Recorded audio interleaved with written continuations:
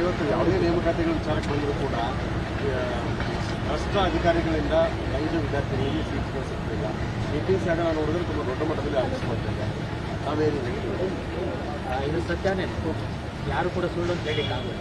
ಯಾಕೆಂದರೆ ನಾವು ನೋಡ್ತಾ ಇದ್ದೀವಲ್ಲ, ಪ್ರತಿಯೊಂದು ಪರೀಕ್ಷೆಯಲ್ಲೂ ಕೂಡ ಪ್ರತಿಯೊಂದು ಆಯ್ಕೆಯಲ್ಲೂ ಕೂಡ ಹಗರಣಗಳು ಮಾಡ್ತಾ ಇರೋದನ್ನು ನಾವು ಗಮನಿಸ್ತಾ ಇದ್ದೇವೆ. ಆದರೆ ಇದಕ್ಕೆ ಪರಿಹಾರ ಏನು ಹೇಗಾಗಿದೆ? ಇದರಿಂದ ನಿಜವಾಗ್ಲೂ ಅರ್ಹ ವಿದ್ಯಾರ್ಥಿಗಳಿಗೆ, ಗ್ರಾಮೀಣ ಪ್ರದೇಶದ ವಿದ್ಯಾರ್ಥಿಗಳಿಗೆ ಮತ್ತು ಬಡ ವಿದ್ಯಾರ್ಥಿಗಳಿಗೆ ಇದನ್ನು ಕೊಂಡುಕೊಳ್ಳಲಿಕ್ಕೆ ಸಾಧ್ಯ ಆಗುವ ಬುದ್ಧಿ ಇರುತ್ತೆ, ಜಾಣ್ಮೆ ಇರುತ್ತೆ, ಪರಿಣತಿ ಇರುತ್ತೆ. ಆದರೂ ಕೂಡ ಈ ಜೊತೆ ಕಾಪಿ ಮಾಡಲಿಕ್ಕೆ ಆಗೋಲ್ಲ, ಸ್ಪರ್ಧೆ ಮಾಡಲಿಕ್ಕೆ ಆಗೋಲ್ಲ. ಯಾಕೆ ಅಂತಂದರೆ ಒಳದಾರಿ, ಈ ಒಳದಾರಿಗಳಲ್ಲಿ ಹೋಗಲಿಕ್ಕೆ ಇವರಿಗೆ ಸಾಧ್ಯ ಆಗೋದಿಲ್ಲ. ಈ ಒಳದಾರಿಗಳು ಹೇಗೆ ಹೋಗ್ತದೆ ಅಂತಂದರೆ ಆ ಸಂಸ್ಥೆಗಳು ಸುತ್ತಕ್ಕೆ ಕಾರಣ ಆಗಿರುತ್ತೆ.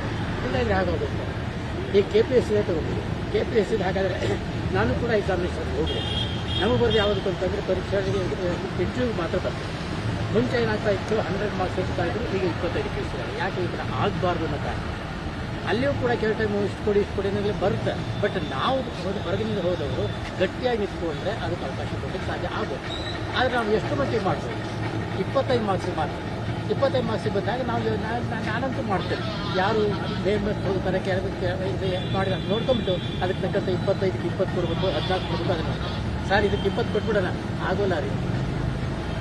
ಯಾಕೆಂದರೆ ಅದಕ್ಕೆ ತುಣ ಮಾಡೋದು ಇದ್ದಾರಲ್ಲ, ಅವ್ರಿಗೆ ಕೊಡಿ, ಅವಾಗ ತಾವೇ ಬಗ್ಗೆ ಬರ್ತಾರೆ. ಸೊ ಈ ಥರ ಒಂದು ಕ್ರಮ ಆಗಲಿಕ್ಕೆ ಬೇಕು ಅಂತ. ಹಾಗಾಗಿ ಅದರ ಜೊತೆಗೆ ಇನ್ನೊಂದೇನು ಅಂತಂದರೆ, ಈಗ ನಮಗೆ ಗೊತ್ತಿದೆ ಯಾವ ವಿದ್ಯಾರ್ಥಿಗಳು ಇದರಲ್ಲಿ ಭಾಗಿಯಾಗಿದ್ದರು, ಯಾರು ಇದರ ಫಲವನ್ನು ತಗೊಂಡಿದ್ದಾರೆ. ಆ ವಿದ್ಯಾರ್ಥಿಗಳು ಅಧಿಕಾರಿಗಳನ್ನು ಹಿಡ್ತೀರಾ, ಅವ್ರ ಬಗ್ಗೆ ಆ್ಯಕ್ಷನ್ ತಗೊಳ್ತೀರಾ. ಈಗ ಆ ಇನ್ವಾಲ್ವ್ ಆಗಿರ್ತಕ್ಕಂಥ ವಿದ್ಯಾರ್ಥಿಗಳಿದ್ದಾರಲ್ಲ, ಅವ್ರನ್ನೇನು ಮಾಡಿ 4 ವರ್ಷ ಡಿಬಾರ್ ಮಾಡಿ, ಅಥವಾ ಒಂದು 5 ವರ್ಷ ಅವರನ್ನು ಡಿಬಾರ್ ಮಾಡಿ, ಅವರಿಗೆ ಅನರ್ಹಗೊಳಿಸಿ, ಇಷ್ಟು ವರ್ಷಗಳು ಕೂಡ ಅವ್ರ ಪುನಃ ಪರೀಕ್ಷೆ ಬರೋ ಹಾಗಿಲ್ಲ ಅಂತ ಆ ಥರ ಮಾಡ್ಕೊಬಿಡಿ. ಆ ಥರ ಆಯಿತು ಅಂತಂದಾಗ ಈ ರೀತಿಯ ಕ್ರಿಯೆಗಳಿಗೆ ಒಳಗಾಗ್ತಕ್ಕಂಥ ಒಂದು ಪರಿಸ್ಥಿತಿ ಇಲ್ಲ ಆಗುವಂಥ ಸಾಧ್ಯತೆಗಳು ಇರ್ತವೆ. ಒಂದು ಆಮೇಲೆ ಎರಡನೇದು, ಈ ಹಗರಣಗಳು ಆಯಿತು, ಯಾವಾಗ ಹಿಡಿದು ಬಿಡ್ತೀವಿ. ಆದರೆ ಅದನ್ನು ಎಷ್ಟು ವರ್ಷ ತಗೋತೀವಿ? ನಾನೇ ಒಂದು ಹೇಳ್ತೇನೆ. ನಾನು ಮೊನ್ನೆ ಒಂದು ಸಾಕ್ಷಿ ಕೊಟ್ಟು ಬಂದೆ, ಕರ್ನಾಟಕ ಯೂನಿವರ್ಸಿಟಿಗೆ ಒಂದು ಸಾಕ್ಷಿ ಕೊಟ್ಟು ಬಂದೆ. ಅದು ಯಾವ ಕೇಸು? 94ರ ಕೇಸು. 94ರಲ್ಲಿ ಯಾವುದೋ ಪತ್ರ ಕೊಡೋದ್ರ ಮೂಲಕವಾಗಿ ಡಾಕ್ಟರ್ ಆಗಿದೆ. ಆವಾಗ ನಾನು ಮುದ್ರಣದ ಅಧಿಕಾರಿಯಾಗಿದ್ದೆ, ಡೈರೆಕ್ಟರ್ ಆಗಿದ್ದೆ. ಹಾಗಾಗಿ ನನ್ನ ಕರೆಸಿ ಕೇಳಿದೆ. ನಾನು ನೋಡಿದೆ ಇದು ನಮ್ದಲ್ಲ ಅಂತ ಹೇಳಿದೆ. ಹಾಗಾದರೆ ಆ 94ರಿಂದ ಇಲ್ಲಿವರೆಗೆ 26ರವರೆಗೆ ಅವ್ರ ಆಯಸ್ಸೇ ಮುಗಿದು ಹೋಗಿದೆಯಲ್ಲ, ಅವ್ರ ಡಾಕ್ಟರ್ ಸರ್ವಿಸ್ ಪೂರ್ತಿ ಮುಗಿದು ಹೋಗಿದೆಯಲ್ಲ, ಅದೇನೋ ಆಗೋದು. ಮತ್ತು ಇಲ್ಲಿವರೆಗೆ ಯಾಕೆ ಹೇಳ್ಕೊಂಡು ಬಂದ್ರಿ? ಏನು ಸೀರಿಯಸ್ನೆಸ್ ಇದೆ ನಿಮಗೆ ಅಂತ? ಇಂಥ ಹಗರಣಗಳು ಬಂತು ಅಂತಂದಾಗ ಅದನ್ನು ಇಮ್ಮಿಡಿಯೇಟ್ ಅಟೆಂಡ್ ಮಾಡಿ. ಇಂಥವನ್ನ 5 ವರ್ಷದೊಳಗೋ ಇಷ್ಟರೊಳಗೆ ಆಗಬೇಕು ಅಂತ ಇಲ್ಲ. ಅವ್ರ ಆಯುಸ್ಫೂರ್ತಿ ಹೇಳ್ಕೊಂಡು ಹೋಗ್ಬಿಟ್ರಿ ಅಂತಂದರೆ ಅವ್ರೇನು ಅನುಭವಿಸ್ಬಿಡ್ತಾರೆ. ಇಲ್ಲ ಎರಡನೇದು ಮತ್ತೊಂದು ಏನು ಅಂತಂದರೆ, ಆಯಿತು ನೀವು ಅಧಿಕಾರಿಗಳು ಹೇಳಿಬಿಟ್ರು, ಮುಂದೆ ಏನಾಯಿತು ಅನ್ನೋದ್ರ ಪರಿಣಾಮ ನಮಗೆ ಏನಾದ್ರು ಗೊತ್ತಾಯಿತು. ಕಾರ್ ಇಟ್ಕೊಂಡಿದ್ದಾರೆ, 4 ಬಂಗ್ಲೆಗಳು ಮಾಡಿದ್ದಾರೆ, ಸೈಟ್ಗಳು ಮಾಡಿದ್ದಾರೆ, ಎಸ್ಟೇಟ್ಗಳು ಮಾಡ್ಕೊಂಡಿದ್ದಾರೆ. ಮಟ್ಗಳು ಹಾಕ್ಕೊಂಡಿದ್ದಾರೆ. ಅವ್ರಿಗೆ ಹಾಗಾದರೆ ಯಾವುದು ಮಟ್ಗಳು ಹಾಕ್ಕೊಂಡಿಲ್ಲ ಅಂಥದ್ದು ಬರಲಿ. ಹಾಗೆ ಬಂತು ಅಂತಂದಾಗ ಆಯಿತು, ಒಂದು ಕಡೆ ಹೇಳೋಣ ಪಾಪ ಹೆಂಡ್ರು ಮಕ್ಕಳು ಏನು ಮಾಡಿದ್ದಾರೆ ಅಂತ. ಅವ್ರು ಇದಕ್ಕಾಗಿ ಹೆಂಡ್ರು ಮಕ್ಕಳು ಏನು ಮಾಡಿದ್ದಾರೆ ಅಂತ. ಆದರೆ ಅವರು ಅನುಭವಿಸಿದಾರಲ್ವಾ. ಯಾವ ಥರದವರು ಹೆಂಡತಿಯವರು ಈ ಥರ ಮಾಡಬೇಡ ಅಂತ ಹೇಳಿದ್ರೆ, ಅಥವಾ ಅವ್ರ ಮಕ್ಕಳು ಈ ಥರ ಮಾಡಬೇಡ ಅಂತ ಹೇಳಿದ್ರೆ ಅವ್ರು ಆಗ್ತಿರ್ಲಿಲ್ಲಲ್ವಾ. ಇವನ್ನೆಲ್ಲ ಯೋಚನೆ ಮಾಡ್ತಾ ಹೋದಂತಾಗ ಇವು ಆ ಕಾಲಕ್ಕೆ ಮಾತ್ರ ಸೀಮಿತ ಆಗಿ ಆಮೇಲೆ ಮರೆತು ಬಿಡುತ್ತೆ. ಜನರದ್ದು ಈ ನೆನಪು ಅನ್ನೋದು ಇದೆಯಲ್ಲ, ಅದು ತೀರಾ ಕಡಿಮೆ ಕಾಲದಲ್ಲಿ ಇರ್ತಕ್ಕಂಥದ್ದು. ಇದು ಏನಾಯಿತು ಅನ್ನೋ ನಮ್ಗೆ ಗೊತ್ತೇ ಆಗೋಲ್ಲ. ಮುಂದೆ ಒಂದು ಕೆಲಸ ಮಾಡಿಯಪ್ಪ, ಈ ಹಗರಣಗಳದ್ದೆಲ್ಲ ಬೇರೆನೇ ಪಟ್ಟಿ ಮಾಡ್ಕೊತ ಬಂದ್ವಿ. ಹಗರಣಗಳದ್ದು ಪಟ್ಟಿ ಯಾವಾಗ ಆಯಿತು, ಏನಾಯಿತು, ಯಾವಾಗ ಮುಗೀತು, ಏನು ಶಿಕ್ಷೆ ಬಂತು, ಇದನ್ನು ಮಾಡ್ತಾ ಬಂತು ಅಂತಂದರೆ ಏನಾದರೂ ನಮಗೆ ಅಕೌಂಟ್ ಸಿಗುತ್ತೆ. ಇಲ್ಲ ಇದು ಆಗೋಲ್ಲ ಅಂತ ಇದ್ರ ಬಗ್ಗೆ ಹೇಳ್ತಾ ಬಂತು ಅಂತಂದಾಗ ಮೊದಲು ಅವರನ್ನು ಅಮಾನತು ಮಾಡಿ, ಅವರ ಬ್ಯಾಂಕ್ಗಳನ್ನ ಇದನ್ನ ಸೀಸ್ ಮಾಡ್ತಾ ಬನ್ನಿ. ಎಲ್ಲೂ ಆಪರೇಟ್ ಆಗಬಾರ್ದು. ಒಂದು ವೇಳೆ ಅವ್ರೇನಾದರೂ ಅಪರಾಧಗಳನ್ನು ಕಂಡು ಬಂತು ಅಂತಂದರೆ ಅದನ್ನು ಒಳಗೆ ಹಾಕ್ಕೊಳ್ಳಿ, ಇಲ್ಲ ಅಂತ ಬಿಟ್ಕೊಡಿ. ಬದುಕಲಿಕ್ಕೆ ಅಂತ ತೊಂದರೆ ಇಲ್ಲ, ಇರ್ತಾರೆ. ಸೊ ಇದೆಲ್ಲ ಆಗಬೇಕು ಅಂತ ಅನ್ಕೊಂಡಿದ್ರೆ, ಇಲ್ಲ ಅಂತಂದರೆ ಬಡ ವಿದ್ಯಾರ್ಥಿಗಳಿಗೆ, ಗ್ರಾಮೀಣ ಪ್ರದೇಶ ವಿದ್ಯಾರ್ಥಿಗಳಿಗೆ ಖಂಡಿತವಾಗಿಯೂ ಇದಾಗೋಲ್ಲ ಅಂತ ನಾನು ಅನ್ಕೊಂಡಿದ್ದೇನೆ. Thank you. ಎನ್ಟಿಆರ್ ರದ್ದಾಗಲಿ, ರದ್ದಾಗಲಿ, ಎನ್ಟಿಆರ್ ರದ್ದಾಗಲಿ, ಕೆಪಿಎಸ್ಸಿ ನಡೆದ ಭ್ರಷ್ಟಾಚಾರವನ್ನು ಒಪ್ಪೋದಿಲ್ಲ, ಒಪ್ಪೋದಿಲ್ಲ. ಕೆಪಿಎಸ್ಸಿಯಲ್ಲಿ ನಡೆದ ಭ್ರಷ್ಟಾಚಾರವನ್ನು ಒಪ್ಪೋದಿಲ್ಲ, ಒಪ್ಪೋದಿಲ್ಲ. ಎನ್ಟಿಆರ್ ರದ್ದಾಗಲಿ, ರದ್ದಾಗಲಿ.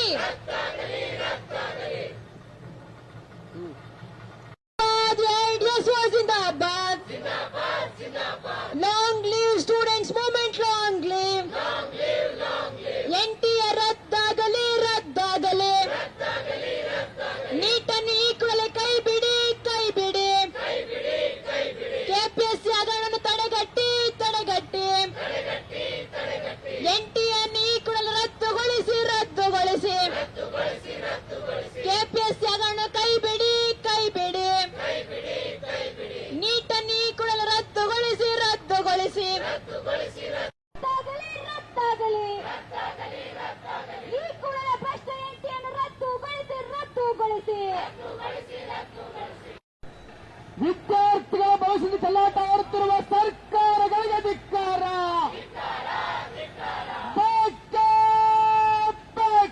ಎನ್ಟಿಎ ಬೆಂಚಿಗೆ ಹಾಕಿ ಕೆಪಿಎಸ್ಸಿ ಹಗರಣಗಳಿಗೆ ಹೇಳಿ ಧಿಕ್ಕಾರ. ಕೆಪಿಎಸ್ಸಿ ಶಿಕ್ಷಣ ವ್ಯವಸ್ಥೆ ನಾಶ ಮಾಡುತ್ತಿರುವ ಸರ್ಕಾರಗಳಿಗೆ ಧಿಕ್ಕಾರ. ವಿದ್ಯಾರ್ಥಿಗಳ ಒಗ್ಗಟ್ಟು ಹೋರಾಟ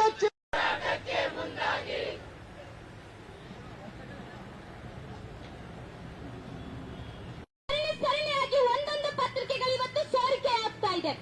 ಇಲ್ಲಿ ಇವತ್ತು ಸರ್ಕಾರ ಏನು ಈ ಒಂದು ಪ್ರೈವೇಟ್ ಏಜೆನ್ಸಿಗೆ ಎಕ್ಸಾಮ್ ನಡೆಸಕ್ಕೆ ಕೊಟ್ಟಿದೆ, ಇದು ಈ ಕೂಡಲೇ ರದ್ದಾಗಬೇಕು. ಇವತ್ತು NTA ಏನಿದೆ ಅದೇ ಒಂದು ಫ್ರಾಡ್. ಅದರಿಂದ ಇವತ್ತು ಅಮಾಯಕ ಸ್ಟೂಡೆಂಟ್ಸ್ ಗಳು ಯಾರಿದ್ದಾರೆ ಎಲ್ಲರಿಗೂ ಗೊತ್ತಿದೆ. ಇವತ್ತು 400 ಹೆಚ್ಚು ಸೀಟ್ಗಳಿಗೆ ಅಪ್ಲೈ ಮಾಡಿದ್ರೆ ಇವತ್ತು ಆ ಒಂದು ಕಾಂಪಿಟೇಟಿವ್ ಎಕ್ಸಾಮ್ಗೆ ಕಂಡಕ್ಟ್ ಮಾಡ್ತಾ ಇರೋ ಸಂದರ್ಭದಲ್ಲಿ ಸುಮಾರು 60% ಸೀಟ್ಗಳು ಈ ರೀತಿ ದುಡ್ಡಿಗೆ ಹರಾಜಾಗೋಗಿದೆ. 70-80 ಲಕ್ಷ ದುಡ್ಡು ಕೊಟ್ಟು ಆ ಸೀಟ್ಗಳನ್ನ ಹರಾಜು ಮಾಡಿದೆ ಸರ್ಕಾರ. ಇಲ್ಲಿ ಇವತ್ತು ಕೆಪಿಎಸ್ ಅಲ್ಲಿ ನಡೆದಿರೋ ಫಸ್ಟ್ ಹಗರಣ ಇದಲ್ಲ, ಇದೇ ರೀತಿ ಸುಮಾರು ನಡೆದೋಗಿದೆ. ಇಲ್ಲಿ ಇವತ್ತು ಈ ರೀತಿ ಘಟನೆಗಳು ನಡೆದಾಗ ಸರ್ಕಾರ ಯಾವುದೇ ರೀತಿಗಳ ಕ್ರಮಗಳನ್ನ ಕೈಗೊಳ್ತಾ ಇಲ್ಲ. ಎಲ್ಲಾ ಪಕ್ಷಗಳು ಅಧಿಕಾರಕ್ಕೆ ಬಂದೋಗಿದೆ. ಇದೇ ನಮ್ಮ ಕರ್ನಾಟಕದಲ್ಲಿ ತಗೊಂಡು ಇವತ್ತು ಬಿಜೆಪಿ ಗವರ್ನಮೆಂಟ್ ಇರ್ಬೋದು, ಕಾಂಗ್ರೆಸ್ ಗವರ್ನಮೆಂಟ್ ಇರ್ಬೋದು, ಇವರಿಬ್ಬರು ಅಧಿಕಾರದಲ್ಲಿ ಇದ್ದಾಗಲೂ ಸಹ ಕೆಪಿಎಸ್ಸಿ ನಲ್ಲಿ ಹಗರಣ ನಡೆದಿದೆ. ಇಲ್ಲಿ ಇವತ್ತು ಎಲ್ಲಾ ಹಗರಣಗಳು ನಡೀತಾ ಇದೆ. ಇದರ ವಿರುದ್ಧ ಇಡೀ ದೇಶದಾದ್ಯಂತ AIDS ಹೋರಾಟಗಳನ್ನ ಕಟ್ತಾ ಇದೆ. ಇದ್ರ ಜೊತೆಗೆ ಈ ಮುಖ್ಯವಾಗಿ ಗಮನಿಸ್ತಾ ಇದ್ದೀರಾ, ಒಂದು ಕಡೆ ಇವತ್ತು ಶಾಲಾ ಶಿಕ್ಷಣ ಏನಿದೆ, ಕಳೆದ 10 ವರ್ಷಗಳಲ್ಲಿ ಭಾರತದಲ್ಲಿ 94,000 ಶಾಲೆಗಳನ್ನ ಮುಚ್ಚಾಕಿದೆ ಸರ್ಕಾರ. ಇದೇ ನಮ್ಮ ಕರ್ನಾಟಕದಲ್ಲಿ ಕೆಪಿಎಸ್ ಮ್ಯಾಗ್ನೆಟ್ ಯೋಜನೆ ಹೆಸರಲ್ಲಿ 40,000 ಸರ್ಕಾರಿ ಶಾಲೆಗಳನ್ನ ಮುಚ್ಚಾಕ್ಲಿಕ್ಕೆ ಹೋಗ್ತಾ ಇದ್ರು. ಇದರ ವಿರುದ್ಧ AIDS ದಿಂದ ರಾಜ್ಯವ್ಯಾಪಿ ಹೋರಾಟಗಳನ್ನ ಕಟ್ಟಿದ ಮೇಲೆ ಸರ್ಕಾರ ಅದರ ತಡೆ ಹಿಡಿತು. ಈ ವರ್ಷ ಒಂದೇ ಒಂದು ಸ್ಕೂಲ್ ಅನ್ನ ಕ್ಲೋಸ್ ಮಾಡಲಿಲ್ಲ. ಆದ್ರೆ ಇವತ್ತು ಹಿಂಬಾಗಿಲಿನಿಂದ ಶಾಲೆಗಳನ್ನ ಮುಚ್ಚಾಕೋ ನಿಟ್ಟಿನಲ್ಲಿ ಅವರೆಲ್ಲ ಯೋಚನೆಗಳನ್ನ ರೂಪಿಸ್ಕೊಳ್ತಾ ಇದ್ದಾರೆ. ಇವತ್ತು ಶಾಲೆಗಳನ್ನ ಮುಚ್ಚಾಕ್ಬಿಟ್ಟು ಬಡ ವಿದ್ಯಾರ್ಥಿಗಳಿಗೆ ಲಾಸ್ಟ್ ಆಪ್ಷನ್ ಉಳ್ಕೊಂಡಿರೋದೇ ಸರ್ಕಾರಿ ಶಾಲೆಗಳು. ಅದನ್ನ ಮುಚ್ಚಾಕಕ್ಕೆ ಸರ್ಕಾರ ಹೋಗ್ತಾ ಇದೆ. ಈ ಎಲ್ಲಾ ಬೇಡಿಕೆಗಳನ್ನ ತಗೊಂಡ್ಬಿಟ್ಟು ನಾವಿಲ್ಲೇನು ಪ್ರತಿಭಟನೆ ಮಾಡ್ತಾ ಇದೀವಿ. ಈ ಪ್ರತಿಭಟನೆಯನ್ನ ಉದ್ದೇಶಿಸಿ ನಮ್ಮ AIDS ರಾಜ್ಯ ಸೆಕ್ರೆಟೇರಿಯಟ್ ಸದಸ್ಯರಾಗಿರ್ತಕ್ಕಂಥ ವಿನಯ್ ಚಂದ್ರ ಅವರು ಮಾತಾಡಬೇಕು ಅಂತ ಕೇಳ್ತಾ ಇದ್ದೀನಿ. ಸ್ನೇಹಿತರೆ, ನಾವಿವತ್ತು ಬೆಂಗಳೂರಲ್ಲಿ ಹೋರಾಟ ಮಾಡ್ತಾ ಇದೀವಿ. AIDS all India democratic student organisation ಇಂದ. ನೀವೆಲ್ಲ ಕೂಡ ಗಮನಿಸ್ತಾ ಇದ್ದೀರಾ, ರಾಜ್ಯದಲ್ಲಿ ಇವತ್ತು ಕೆಪಿಎಸ್ಸಿ ಹಗರಣ ದೊಡ್ಡ ಮಟ್ಟದಲ್ಲಿ ಆಗಿದೆ. ಇವತ್ತು ಒಂದು ಜಾಬ್ಗೆ ಇವತ್ತು, ಅದು ಕೂಡ ವೆಟನರಿ ಆಫೀಸರ್ಗೆ ಜಾಬ್ಗೆ 70ರಿಂದ 80 ಲಕ್ಷ ಲಂಚವನ್ನ ಡೈರೆಕ್ಟ್ ಆಗಿ ಕೇಳ್ತಾರೆ ಅಂತ ಹೇಳಿದ್ರೆ ಯಾವ ಮಟ್ಟಕ್ಕೆ ಇವರು ಹಗರಣ ಮಾಡ್ತಾ ಇರಬಹುದು ಯೋಚನೆ ಮಾಡಿ. ಅದು ಕೂಡ ಒಬ್ಬ ಅಭ್ಯರ್ಥಿ ಫೋನ್ ಮಾಡಿದ್ರೆ 70 ಲಕ್ಷ ಆಗುತ್ತೆ, 80 ಲಕ್ಷ ಆಗುತ್ತೆ, ಇಲ್ಲಾಂದ್ರೆ ಆಗಲ್ಲ ಅಂತ ಹೇಳಿ ಘಂಟಾಘೋಷವಾಗಿ ಇವರು ಹೇಳ್ತಾರೆ ಅಂತ ಹೇಳಿದ್ರೆ ಯಾವ ಮಟ್ಟಕ್ಕೆ ಇವರು ಹಗರಣವನ್ನ ಮಾಡ್ತಾ ಇದ್ದಾರೆ.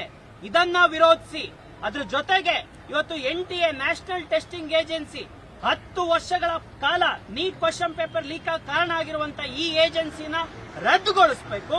ಮತ್ತೆ ಕರ್ನಾಟಕದಲ್ಲಿ ಏನ್ CET ನಡೀತಾ ಇದೆ ಅದೇ ರೀತಿ ಇವತ್ತು ನಮ್ಮ ಕರ್ನಾಟಕದ ಅಭ್ಯರ್ಥಿಗಳಿಗೆ ನಮ್ಮ ಕರ್ನಾಟಕದಲ್ಲೇ ಎಕ್ಸಾಮ್ ನಡೆಸಲಿ, ನೀಟನ್ನ ರದ್ದುಗೊಳಿಸಿ ಅಂತ ಆಗ್ರಹಿಸಿ AIDS ವಿದ್ಯಾರ್ಥಿ ಸಂಘಟನೆಯಿಂದ ಇವತ್ತು ಫ್ರೀಡಂ ಪಾರ್ಕ್ ಅಲ್ಲಿ ಹೋರಾಟ ಮಾಡ್ತಾ ಇದ್ದೀವಿ. ಸರ್ಕಾರ ಕೆಪಿಎಸ್ಸಿ ಹಗರಣವನ್ನ ಸೂಕ್ತವಾಗಿ ತನಿಖೆ ಮಾಡಬೇಕು, ಮತ್ತೆ ಆರೋಪಿಗಳಿಗೆ ಶಿಕ್ಷೆ ಕೊಡಬೇಕು, ಮತ್ತೆ ಒಂದು ಪಾರದರ್ಶಕ ಪರೀಕ್ಷೆ ವ್ಯವಸ್ಥೆಯನ್ನ ಇವರು ಮಾಡಬೇಕು ಅಂತೇಳಿ AIDS ವಿದ್ಯಾರ್ಥಿ ಸಂಘಟನೆ ಆಗ್ರಹಿಸುತ್ತೆ. ಸರ್, ಈಗ ಕೇಂದ್ರ ಸಚಿವರಾಗಿ ನೀಟದ ಜವಾಬ್ದಾರಿಯನ್ನು ಕೂಡ ನಮ್ಮ ರಾಜ್ಯದವರ ಪ್ರಹ್ಲಾದ್ ಜೋಶಿ ಸಾಕಷ್ಟು ಬದಲಾವಣೆಗಳನ್ನು ಕೂಡ ಮಾಡ್ತಾರೆ. ರಾಜ್ಯದವರೇ ಆಗಿರೋದ್ರಿಂದ ಅವ್ರಿಗೇನು ರಿಕ್ವೆಸ್ಟ್ ಮಾಡ್ತಾರೆ ಸರ್? ರಾಜ್ಯದವರೇ ಆಗಿರೋದ್ರಿಂದ ಅವರು ಮೊದಲಿಗೆ ಸರ್ ಈಗ ಒಂದು ಪಾರದರ್ಶಕವಾಗಿ ಎಕ್ಸಾಮಿನೇಷನ್ ಸಿಸ್ಟಮ್ ತರಬೇಕು ಅಂತ ಹೇಳಿದ್ರೆ ನಾವು ನಂಬೋದು ಸರ್ ಅದು ಪ್ರಜಾತಾಂತ್ರಿಕವಾಗಿರ್ಬೇಕು. ಪ್ರಜಾತಾಂತ್ರಿಕವಾಗಿರ್ಬೇಕು ಅಂತ ಹೇಳಿದ್ರೆ ಅದರಲ್ಲಿ ಶಿಕ್ಷಣ ತಜ್ಞರು ಇರಬೇಕು, ಎಕ್ಸ್ಪರ್ಟ್ಸ್ ಇರಬೇಕು, ಮತ್ತೆ ಸರ್ಕಾರನೇ ಮುಂದೆ ನಿಂತು ಪರೀಕ್ಷೆನ ಮಾಡಬೇಕು. ಯಾವುದೋ ಒಂದು ಅದು NTA ಅಂತ ಒಂದು ಏಜೆನ್ಸಿ ಕೊಡಬಾರ್ದು ಸರ್.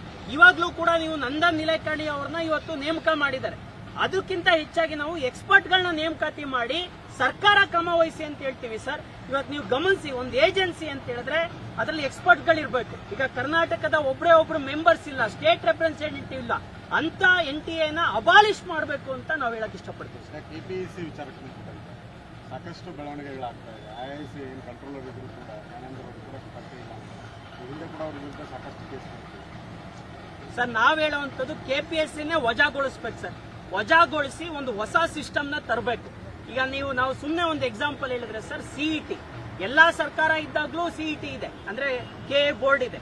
ಯಾವತ್ತೂ ಕೂಡ ಒಂದು ಕ್ವಶನ್ ಪೇಪರ್ ಕೂಡ ಲೀಕ್ ಆಗಿಲ್ಲ. ಯಾಕೆಂದ್ರೆ ಅಲ್ಲಿ ಟೀಚರ್ಸ್ ಇನ್ವಾಲ್ವ್ ಆಗ್ತಾರೆ, ಎಕ್ಸ್ಪರ್ಟ್ಸ್ ಇನ್ವಾಲ್ವ್ ಆಗ್ತಾರೆ. ಆ ರೀತಿಯಾದಂತ ಒಂದು ಸಂಸ್ಥೆನ ಮಾಡಬೇಕು, KPSCನ ವಜಾಗೊಳಿಸಬೇಕು ಅಂತ ಹೇಳಿ ನಾವು ಹೇಳಕ್ ಇಷ್ಟಪಡ್ತೀವಿ. ಸುಭಾಷ್, AIDS ವಿದ್ಯಾರ್ಥಿ ಸಂಘಟನೆ ಕಸಾಯಿ ಸರ್.